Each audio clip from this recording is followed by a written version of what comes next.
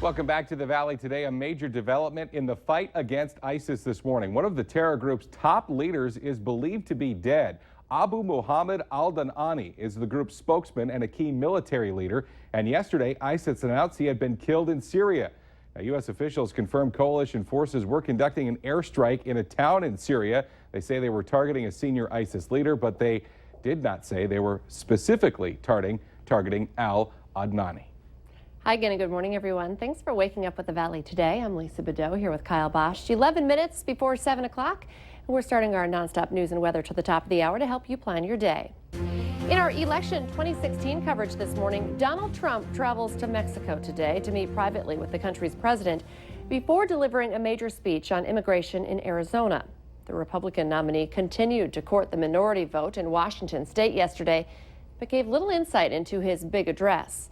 This morning, Trump's campaign says there will not be a major shift on his plans for immigration enforcement. On the Democratic side, the FBI is expected to release documents on Hillary Clinton's email use as early as today. The report is related to the Bureau's investigation into her private email server during her time as Secretary of State. Republican Senators Marco Rubio and John McCain sailed to victory in their state's primaries yesterday. Rubio originally planned to retire from politics after losing his home state of Florida to Trump in the presidential primary. Meanwhile, Florida Democratic Representative Debbie Wasserman Schultz, who was involved in that scandal at the DNC, also fended off a primary challenge in her state. All three will appear on the general election ballot coming up in November. Well, we are following a developing story in North Fargo this morning where there is a big mess to clean up at the John E. Carlson Coliseum just a couple of months before the hockey season starts. Crews are dealing with a major flood. A water pipe broke there early yesterday morning and flooded much of the building. At one point, water was rushing out the front door, and more than 1.5 feet of water and soil covered much of the building. The cleanup is expected to take about 2 weeks. Park District officials say they don't know yet how much it will cost, but don't believe the issue will delay the opening. Just about to hit 6:51. Time to get a look at weather and traffic on the ones this morning. And we start with meteorologist Lisa Green. And, well, Vikings fans were told the sun would come up even after the injury to Teddy Bridgewater. And there we have it. We have the proof. The sun is rising. It has risen. Everything is going to be okay. Well, maybe not for Vikings fans. I'm sure many still reeling from what happened yesterday, but the sun has risen. We've got a beautiful day ahead of us, and it is starting off on a beautiful note here this morning as well. So looking good here in Fargo and in many parts of the valley, but there are some storms elsewhere in North Dakota and in South Dakota. Some of these are severe too, so some strong storms to start off your morning out west. We'll zoom in here to show you what's going on. So the James River Valley, the Highway 281 corridor here, and westward, that's basically where the focus is. We have a couple of strong storms in western Lemoore and into Dickey County as well. Even Stutsman County, a little storm there as well in southwestern parts of the county. But the main line of heavy rain and strong thunderstorms to severe, you could see a couple of severe storms there, that's west of our viewing area. But if you need to head in that direction this morning, just be aware that that's going on. Some large hail possible and some gusty winds, along with, of course, the lightning and heavy rain you get with storms. So 1 or 2 areas of rain in our far southwest. The cloud cover associated with that kind of moving east a little bit, but otherwise this should be dropping southward this morning, south and eastward. So most of this area of rain and thunder staying put or just kind of moving down to the south before it kind of fizzles out as we move our way through the morning hours. Here's a look at our temperatures. 54 in Fargo, 50 in Grand Forks. It's only 44 in Bemidji, 48 in Roseau and in Badette, and 59 in Jamestown. And here's a look at our afternoon planner. It looks pretty nice once again. Yesterday we got into the 70s and low 80s. Similar situation today. A few more clouds, but otherwise sunny skies, light wind, and a warm day. And it still will not be on the muggy side here for today. So looking good again for this Wednesday. Thursday, 82, still sunny and nice. And as we move into the holiday weekend, unfortunately, that's when the changes come. We see chances for rain and thunder showers, especially Sunday and into Labor Day, with cooler weather on the way for the weekend as well. Let's check in now with Al. Well, Lisa, looks like we have a fairly significant construction zone in westbound Interstate 94. It stretches from Veterans Boulevard west of Cheyenne Street for a very long distance. So you lose a lane, westbound. It's the outside lane or the left lane. You lose that all the way from Vets to Cheyenne Street and beyond. We'll have to get hold of Kevin Gorder and find out what's going on out there. I suspect it's some sort of a maintenance project, so I didn't see any heavy equipment out there. And speed limit, by the way, through there drops to 40 miles an hour. It's a big wake-up call, so make sure you're planning for that. We also have that stalled car on westbound Interstate 94 between 42nd and 45th Street. No lights, no flashers. It's a Taurus sedan. Otherwise, traffic is really brisk out here on Interstate 94. I-29 traffic pretty active as well. Make sure you're driving extra carefully today. We're going to check out the Minnesota side of that work zone over there for our next report for here in about half an hour or so.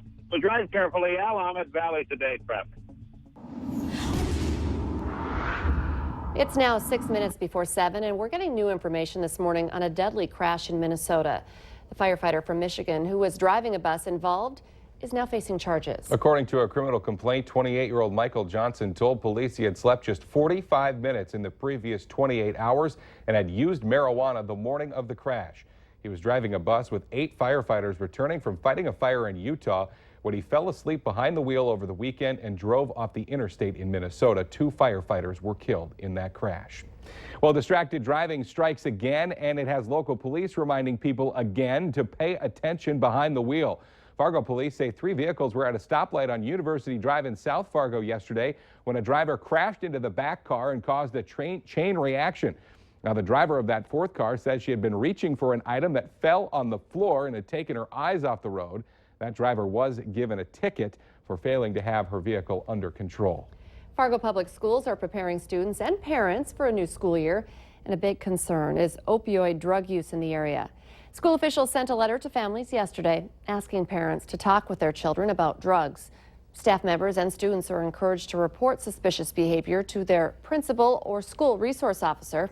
A public forum on the issue is being held at Fargo South on September 7th at 7 p.m.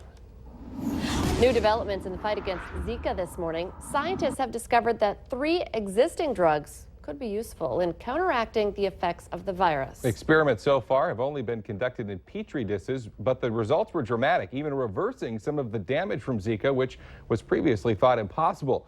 Researchers say they still have to test the drugs in animals before they can start the long process of human testing.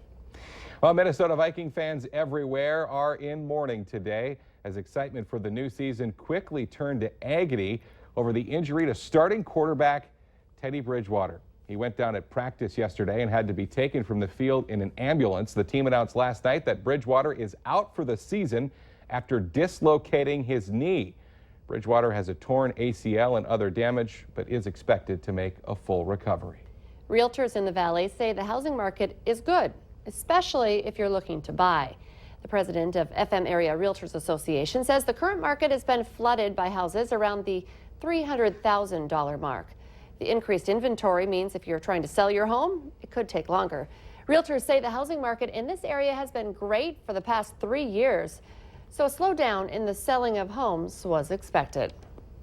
Programs, occupational therapy, and actually just having a little fun. It's all happening at TNT's Kids Fitness here in the Fargo-Moorhead area. And they now have more space for all of their great programs. The Valley Today's Christy Larson has been live this morning at TNT Kids Fitness and joins us again. Hi, Christy. Good morning, guys. I should have said a lot of fun because that's what I've been having this whole morning, and that's what kids of all abilities, Kim, that's what they have here with you guys, and serving 2,000 kids a day. Well, Chris, it's been wonderful having you here this morning and to have the opportunity to share TNT with the community and the finished product. You know, it's great to say, hey, we're taking enrollments in occupational therapy, special needs, a learn and move, childcare on site, Haley's Hope, Ann Carlson, and then TNT, and just being able to meet a lot of needs and to have the space to do it and to grow. So we're excited. So thank you so much. Well, it's such a good mission on what you guys are doing here, and just seeing that every time you ask for more money and more donations from people to continue this mission and expand it beyond that, those people are reaching out and they're helping you guys. I bet that feels really good too, to see them reach out and help raise those dollars every time. You know, it really does. But when you get to see the smiles on the faces and you're seeing children do things for the first time or having an experience they haven't had because they've been in a wheelchair or they completed a double back on the floor, it really doesn't matter what that level is. That's what motivates us. That inspires us to continue with our mission. And that's who TNT is. And you can go and find out more about TNT on valleynewslive.com. Just click on that hot button, and I'll be doing some tricks here at the end for you guys too. So you'll have to check back and see exactly what kind of thing I'm going to do next. What you have been practicing and learning all morning. We knew that we'd get to see something. All right. Oh, Ooh. impressive. Very nice. Maybe a future Olympian. The 2020 Games in Tokyo, just 4 short years away. Christy Larson reporting live for us. Thanks, Christy. Well, beer lovers in the Fargo area will soon have another place to stop on their night out. Fargo Brewing Company is opening up the Fargo Brewing Ale House. It's located just off 17th Avenue South in Fargo on 45th Street, right near the Happy Harry's there. The new location will feature 14 Fargo Brewing Company beers on tap, plus root beer. Also, a limited food menu will be available. Fargo Brewing Ale House will open on Friday. Astronomers are looking into a possible sign that aliens really do exist. They say a star around 94 light years away from Earth is emitting a very strong radio signal. It was detected by a Russian telescope last year and is now being investigated by several groups. If it's artificial, it could signal evidence of a highly advanced alien civilization. However, experts say it remains highly unlikely that the message really is from alien beings. I guess we can all hope. And hope that they're nice. And hope that they're nice. Let's get our answer now to our question of the morning. 1 in 6 people will dream about this at least once a week. The answer, their pets. Remember, you can take part in our question of the morning by heading to our Valley News Live Facebook page. Dreaming about good weather? Well, we've got that today too. Sunshine on the way. However, there are a couple of storms out west. We'll have more on that throughout the morning. Thanks for waking up with the Valley today. More local news and weather for you right here in just 25 minutes. Have a great Wednesday, everybody. We will see you tomorrow morning.